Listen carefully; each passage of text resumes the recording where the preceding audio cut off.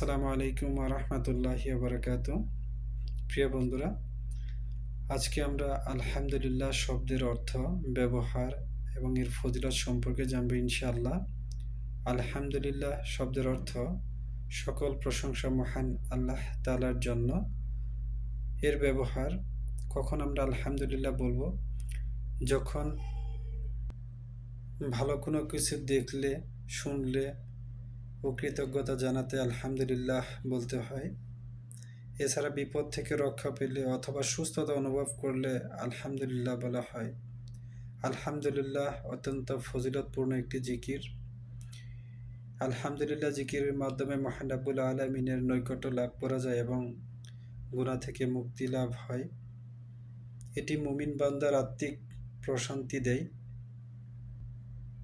এবং হাদিসে উল্লেখ আছে আলহামদুলিল্লাহ একটি সর্বোত্তম জিকির।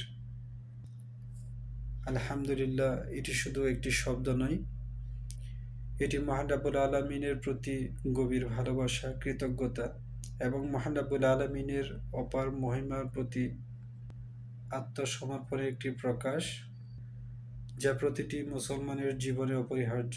ইনশাআল্লাহ আমরা এই ফজিলতপূর্ণ জিকিরটি সর্বদা করার চেষ্টা করব। মহান রাব্বুল আলামিন আমাদের সবাইকে সেই তৌফিক এনায়েত করুন। আমিন। আসসালামু আলাইকুম ওয়া রাহমাতুল্লাহি ওয়া বারাকাতুহু।